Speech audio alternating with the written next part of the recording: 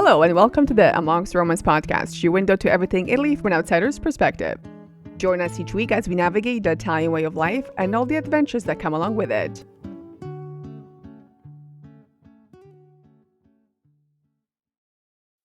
So I'm very excited for today's episode because we get to share our slice of Italy, and that is the Campania region. So it's the third, I think, most populous region in Italy.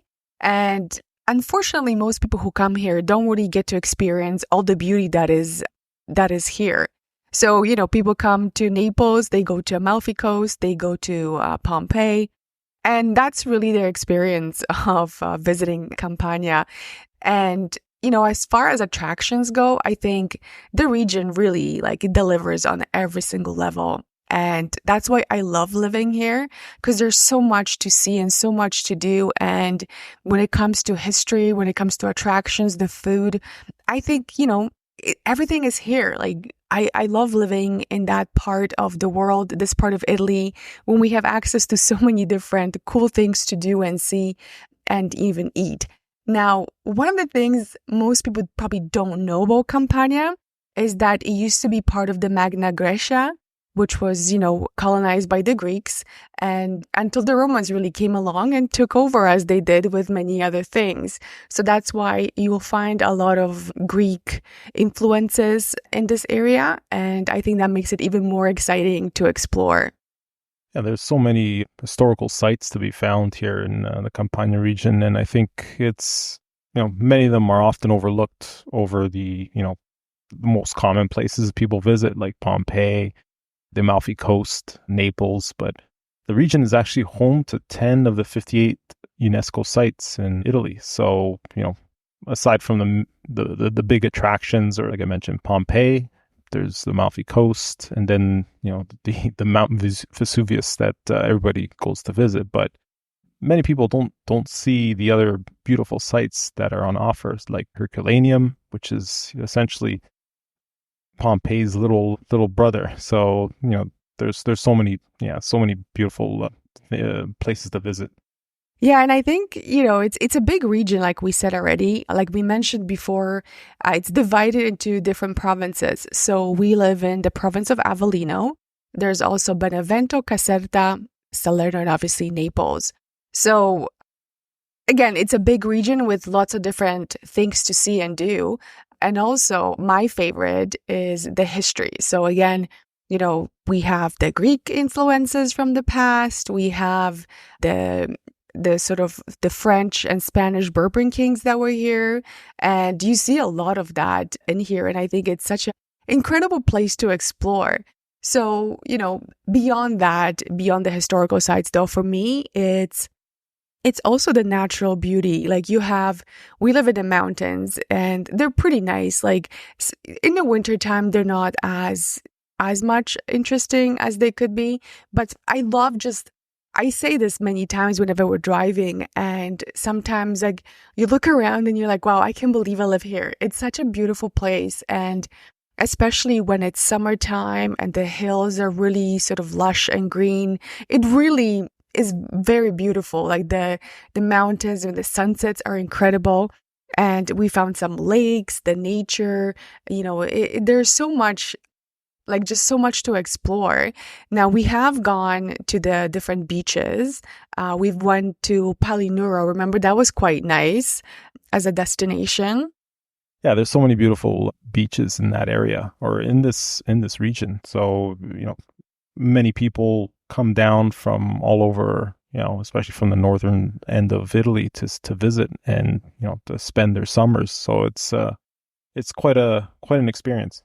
So other than Palinuro, what's the other one that's near it that our friend goes to? Yeah, the Marina di Camerota, which is also a very beautiful area. The beaches are gorgeous, and you have crystal clear waters, and there's lots of people that come down there to spend their summers. Yeah, and I would even argue there are nicer beaches than those on Amalfi Coast, because Amalfi Coast is beautiful for many different reasons, but the beaches there tend to be kind of like a darker, a rocky kind of, beach, and it's not necessarily the nicest place to hang out. Like I mean, beach is a beach, but the water, I think when we're in Palinuro or even like by Pestum there, I think those beaches were a lot more sandier. They were a bit smoother and I think obviously less crowded. Well, then again, we went in summertime. So again, they're crowded with people, but I think beaches themselves are better in that area. Yeah, overall the beaches are very clean. They're quite sandy, so you don't get the the rocks that you bust up your feet on. So it's a great experience. One of the things I really like about this part too is we don't really get that much of a winter here comparing to like, Canada or even like North Italy. But whenever we do get the snow, and this was more last year because this year we didn't really have a lot.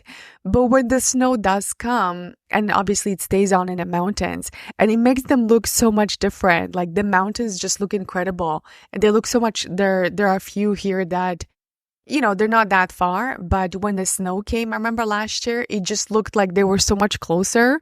And it was such an incredible view. And it was just like, wow, I can't believe that we live in such a cool area.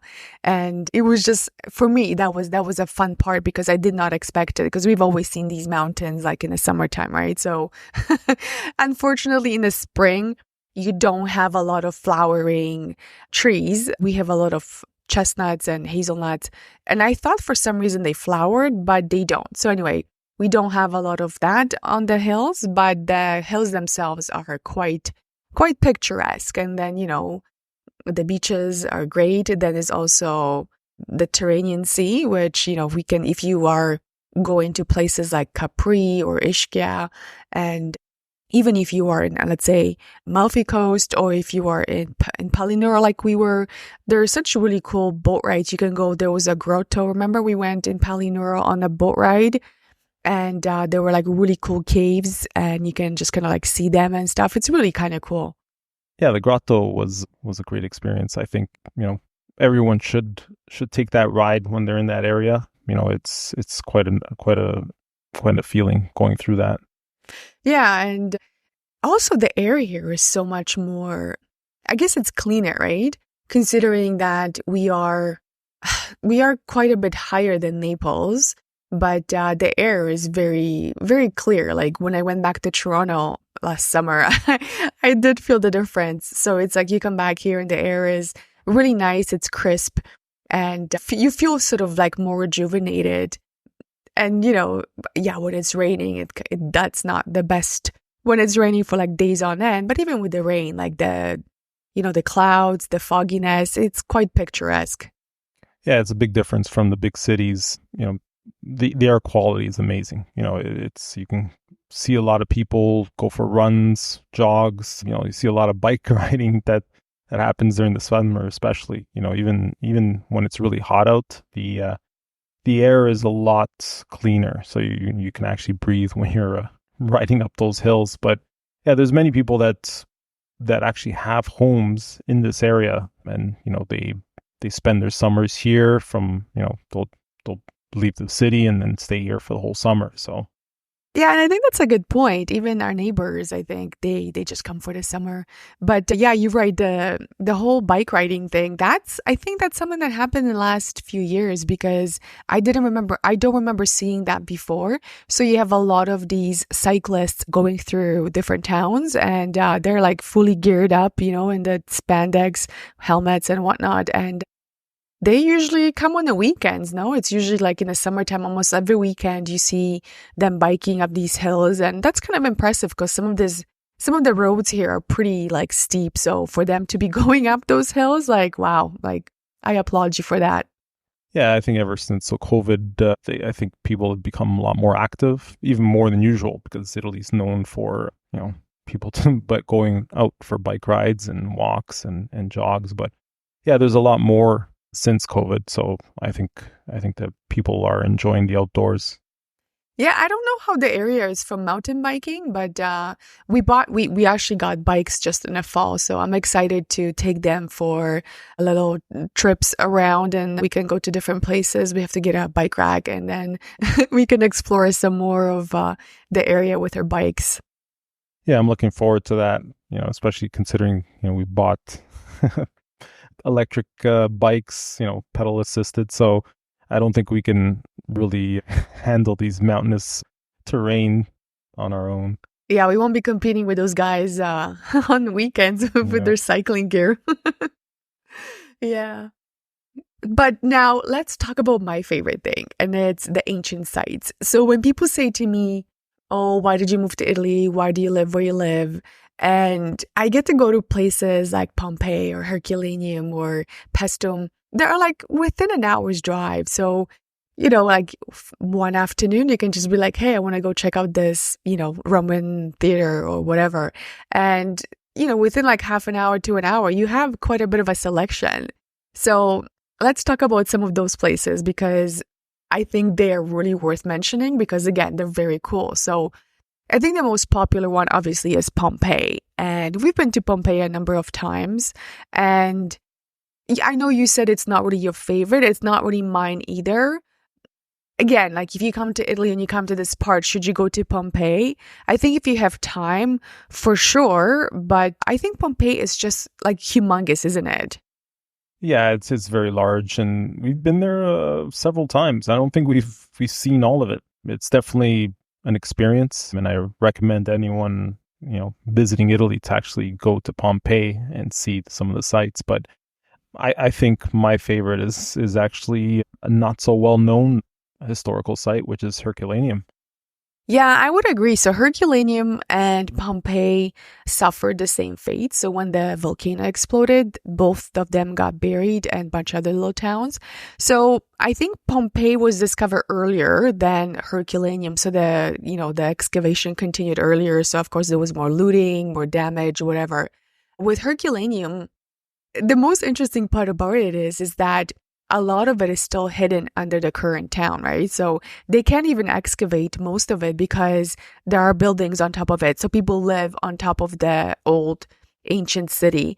After the volcano blew, all the ash and debris that came and covered the city, eventually they were forgotten. And then the layer was so thick that when they were building the new city, they were digging down, but obviously like it's so far down. So they built this new city that nobody knew about it. And now it's unfortunately you can't excavate a lot of it because of it, people live on top of it.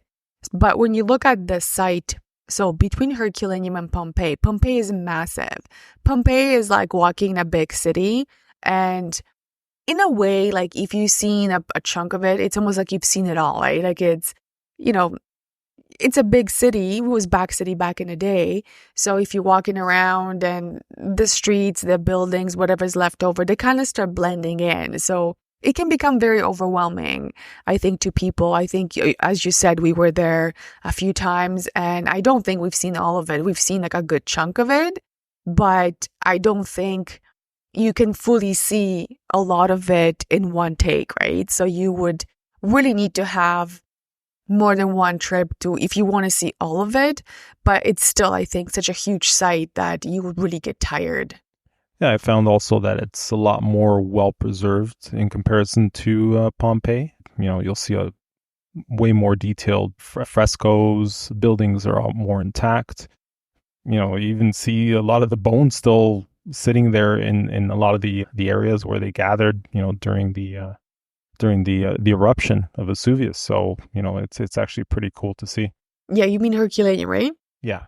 Yeah, and I think Herculaneum is again more interesting because it's better preserved, but you can also see more. Like you can actually walk into the, like what was someone's villa or someone's courtyard, and you have a lot more frescoes, right? So to me, it feels a bit more immersive.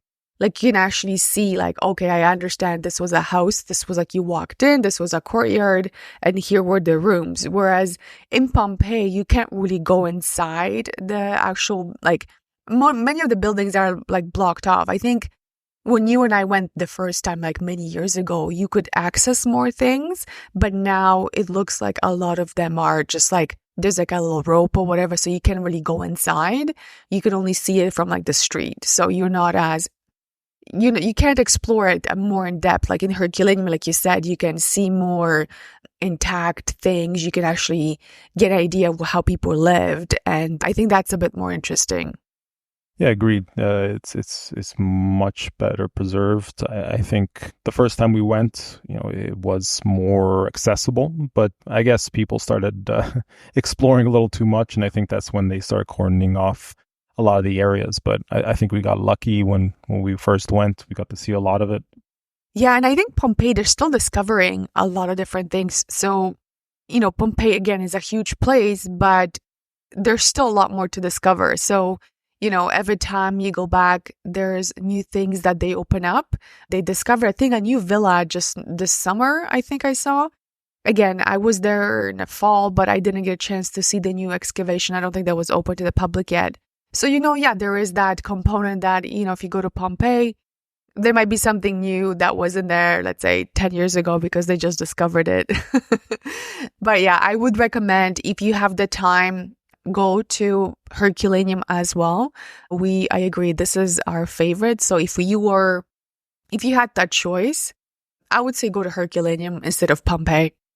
Yeah, I agree. I'd pick Herculaneum over Pompeii easily because, like I said, it's a much nicer experience. Everything's more intact, so you can actually see how people lived back then. Yeah, and another site that I really enjoy is Paestum. So Paestum is about, again, an hour from us. It's in a different direction than Pompeii. And Paestum is well known for, there's 3 ancient Greek temples, and they're very well preserved. So like I said before, this part was part of the Greek settlement, and this was a thriving city. This was on the route of like trade, and it was a very advantageous spot. So that was a very big city. Then the Romans came along, and again they integrated. So you see, actually the site is quite big, and you can see like leftover, footprint of the buildings. They have like a theater. It's still like a huge site, and I've been a few times. You and I have been as well. And you know what? It's never that busy. Like if you go to Pompeii, it's really crowded. Even Herculaneum, there's a bit more people, but like Paestum, it was like nothing compared to the other 2 sites. Yeah, there aren't as many people. It's mostly, locals, Italians that go visit. We don't see too many, I guess, foreigners visiting the site. But yeah, it's quite an interesting experience to see that, how it's all intact. And then obviously, you get to experience how the Greeks built the temples. Yeah, and I think what my favorite part is that you can actually walk inside there's like the most preserved temple. You can actually go inside and like sort of have like a walk around, which is really incredible because usually you see the temples and you can't really go inside them, right? So in this case, you can actually go and walk like along the columns, and I don't know, to me that was a very cool experience because you can't really do that in other places. So that's also why I love this site. And the views are pretty incredible because on one side you have, in the back, you see the mountain. There's a mountain with like settlement, and it's like a really beautiful sunsets there. So again, if you have the chance, I really recommend going to Paestum. And I would even recommend staying in Paestum because the archaeological site, is not too far from, there's like a whole strip of summer houses, there's beaches, there's restaurants. It's a really nice place to stay. So if you come to the area, to Paestum, stay by like a beach resort, then go check out the ruins, go for a drink, and make like a day or at least a day and a half out of it when you stay overnight. I think that's a really nice trip to do. Yeah, I think we should visit and stay a little longer next time. Maybe even experience some of the beaches and the local restaurants. Yeah, because it's been a while since we went to the beach there, isn't it? That was one of the first times we went to the beach there. Yeah, so we're overdue for a longer visit next time. For sure. So another one of my favorite places that we ventured to is Benevento. Benevento is actually pretty cool because it predates the Romans, right? So there was the Samnites that used to live here, and the Benevento area that's where they had the settlements. So then the Romans obviously came along and did their thing. But right now there is a really cool site where there is a Roman theater, and it's not like the kind like you would have for the gladiators fights, because that one is still kind of buried underground. But the one we went to see, which is very well preserved, it was used for plays. And like, once again, when we went, there were like barely any people there. So you could actually walk around and get like a really cool immersive experience. And to me, that's just incredible. Yeah, and another cool thing about Benevento was it was known to have a population of witches back in the day. That's actually where where they actually came up with the liqueur called Strega. I didn't even know that until recently. Yeah, I think that's where they all, I don't know if that's where they lived, but they all seem to be apparently, this goes back to, I think, 13th century. All these witches seem to come to like Benevento and like do their evil things under a tree. That's funny that you said you know about the liqueur, because I know the liqueur is Strega, but I didn't realize that Strega means witch. So that totally makes sense now. So, if you're looking for like a cool take on something, there is a museum of witches as well, which unfortunately we didn't get a chance to see the last time we were there. But yeah, there's a whole museum of witches. You can buy the liqueur obviously there. There's the Roman theater element. Another part which I really enjoyed was we found a house. Well, it's more like a ruin of a house, but I think it goes back to like maybe like medieval times. And then in the door, around the door frame, there were these like, once there must have been statues, but there's like a leftover statue slash like relief, and it's in like the wall, which to me was like, wow, if I had enough money to buy this property and renovate it, like that's a huge appeal just because of that alone.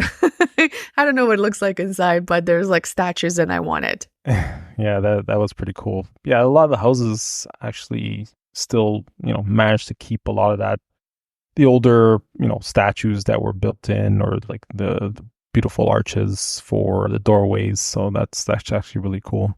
Yeah, and Benevento also there's an Arc of Trajan, like, there is always one, but that one's actually pretty cool. There's also an obelisk, an Egyptian obelisk. It's not huge, but it's still, they have one. And to me, that was pretty cool because, again, it's a city with a lot of history, a lot of, the Roman ties, which I really enjoy. But another thing about Benevento that's pretty cool is that it's known for spas. Yeah, I think we should visit and stay a little longer next time. Yeah, I think we're overdue for a spa trip. Yeah, I think so.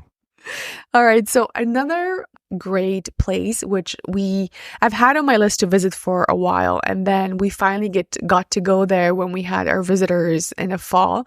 So there is this Roman theater it's in the mountains. Like I'm not sure. I have to look more into how it came about and stuff, but it's this Roman theater that's built on top of this hill, and you have to climb it, and it's a bit of it's a bit difficult to find a trail because it's not necessarily marked very well, but the views are incredible. Like I'll leave a link to the TikTok that I did for it, and it's just incredible. I think it's called Teatro Tempio di Pietro Vairano. And it's really like, that's a gem that's kind of undiscovered that most people probably visiting here will never see. Yeah, it's a well-kept secret from the looks of it because, there weren't very many people there. We even took up the drone to have a video of the surroundings, and it's a gorgeous view. Yeah, and I think we went just before like sunset. So we managed to get like a beautiful sunset, and it was just incredible. And I think because the way it was done, I'm pretty sure they might still have some kind of events there. Maybe not in a while because the walk there was very overgrown and sort of, again, unclear how to get there. But there was sign of like maybe them building like some kind of like a train or funicular type thing to get people onto the top. So perhaps in the future, they'll be doing more events there and more people will get to experience it. But for me, like, that was really like a cherry on top. Like, I love that place. And it's about it was about an hour and a bit from us. So it's, again, not that far. And I think once it gets warmer and, the weather is nicer, we can probably go back there. Yeah, I think we should visit again, especially when they have the funicular working, because it's quite a trek up. Yeah, and the trail's unmarked, which is crazy. Yeah. So another place that we haven't had a chance to see, but I want to go really whenever we get a chance next. There's a Roman theater leftovers of it in Capua, and that one is actually also very well preserved. So, again, you have options, to see things that are not just the Colosseum. I mean, the Colosseum is great, don't get me wrong, but like you would not think of Campania as a place to have all these Roman theaters and places where you can go and explore, right? Yeah, the only reason I even knew about the Capua is after watching the Spartacus TV show. So it was actually something I thought of, and I think we should go visit. Yeah, because I think wasn't Spartacus like the revolt in this area too? Yeah, I think it was like I forget what city, but it was it was in Campania that this whole thing happened. Yeah, I think a lot of the events or the gladiator fights in the show were in Capua. Yeah, probably because they also fought in Pompeii, right? I think again, I don't remember this story too much, but I think he might have had something to do with Pompeii because that was like a big the school of gladiators there too, right? So there you go. If you're looking at movie references and things to do, and that's a pretty good reference to visit and explore the footsteps of Spartacus. All right, yeah. Well, let's actually discuss my favorite thing, food. Yeah, I mean, well, yeah, food. Italy is known for a lot of different things, lots of different foods. And like I said before, Campania delivers. So let's talk about the food. Yeah, there's so many things here. When it comes to food, the Campania region is known for so many different varieties of foods, drinks, liqueurs, everything. Yeah, let's start with, the limoncello from Sorrento. Most people are used to seeing, tiny lemons when they go to the supermarket, but, you go to Sorrento and you'll see a ton of lemons sold on the side of the road, and they're huge. They look like almost, I don't know, like cantaloupes. And they use that lemon specifically for limoncello, which the area is known for.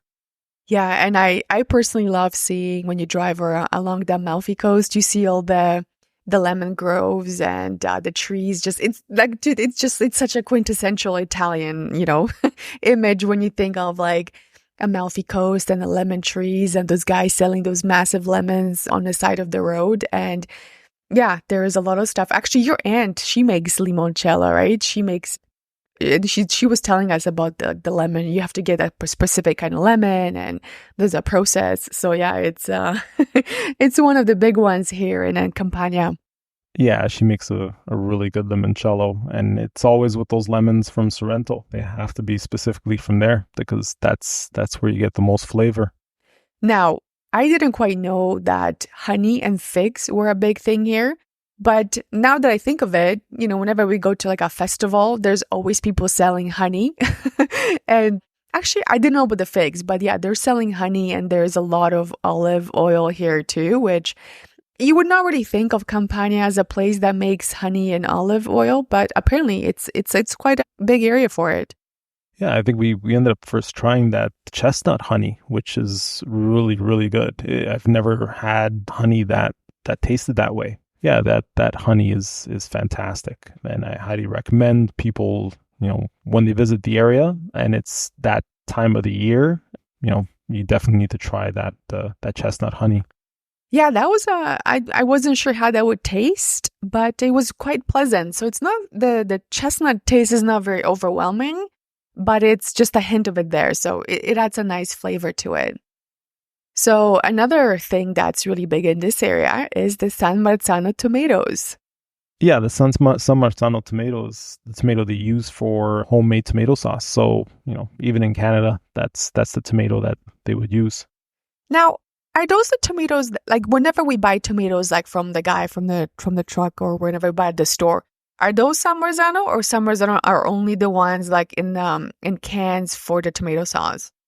No, San Marzano actually is not really used for, salads and stuff like that. It's specifically for canning for tomato sauce. So I think it's because of that sweetness you get from it. And, it's specifically for tomato sauce. Okay. Well, that brings us to my favorite dish, and that's pizza. So again, pizza is life for me. And the fact that we live in a place where pizza was, created, especially the margarita pizza, is really incredible. So, pizza for me is a huge thing. And the pizza here in this area in particular is also like a big deal. And I think even when you go to Naples, there is like a special, like what designation or something that certain people have for making pizza.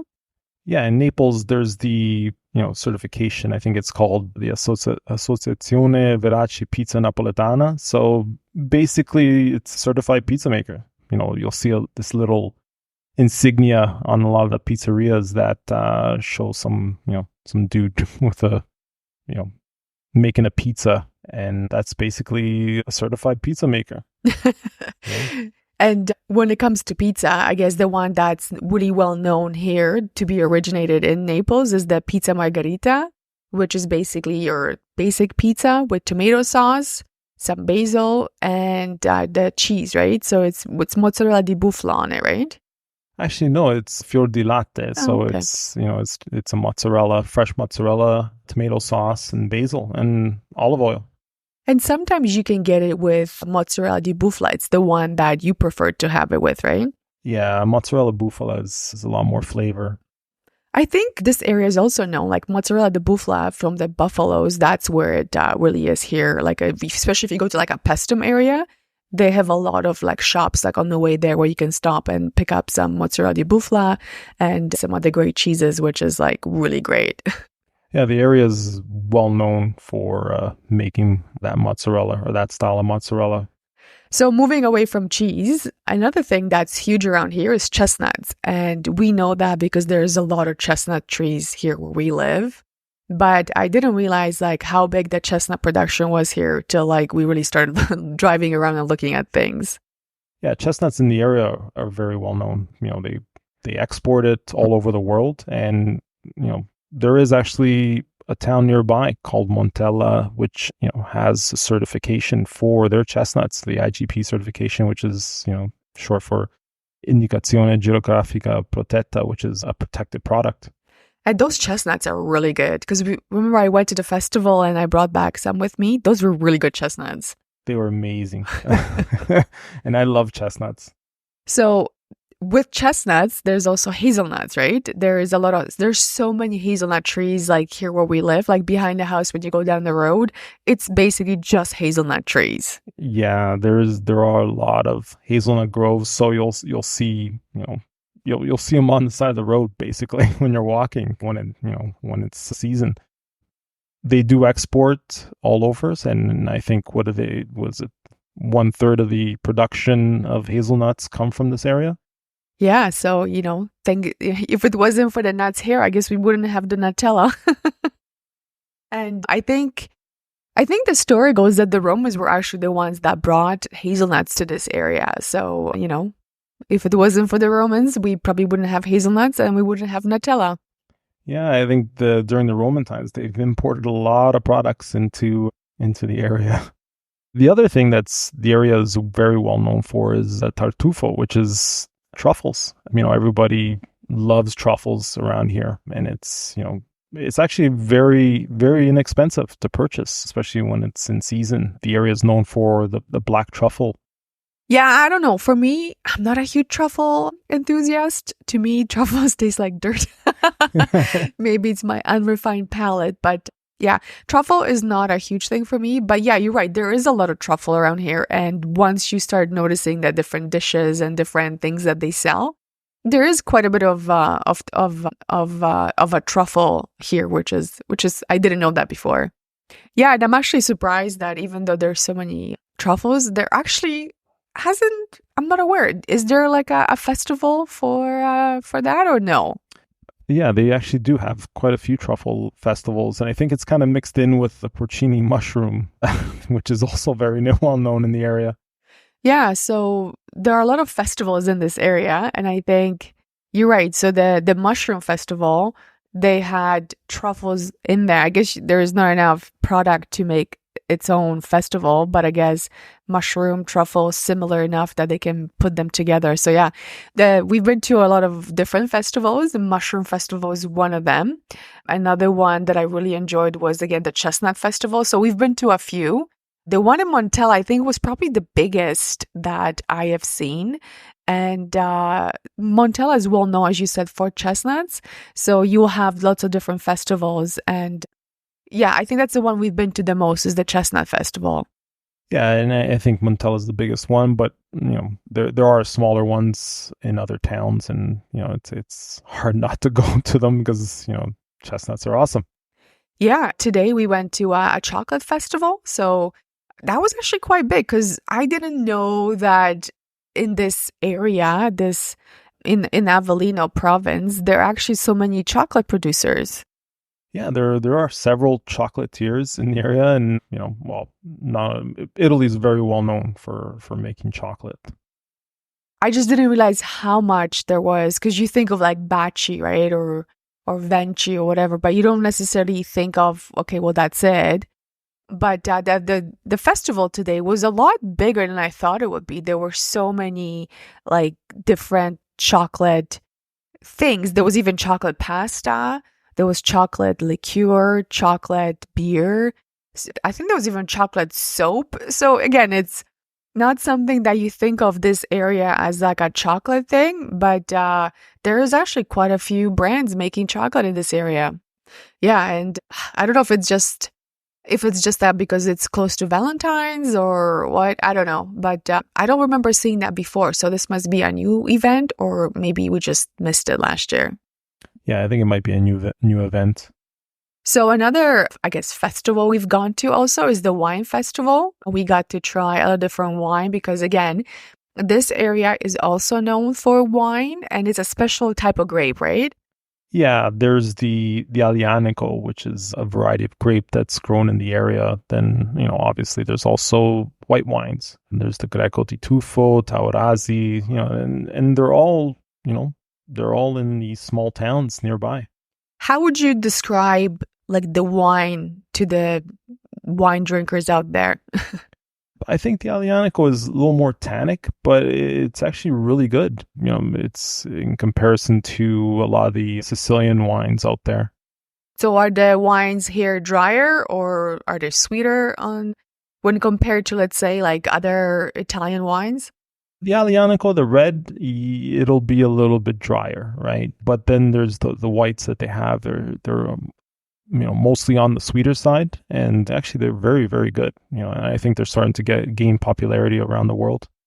Yeah, it's a huge wine production. So I think we're planning to go on a wine tour soon. And again, this winery is like what, half an hour from us, 20 minutes, which is, why not, right?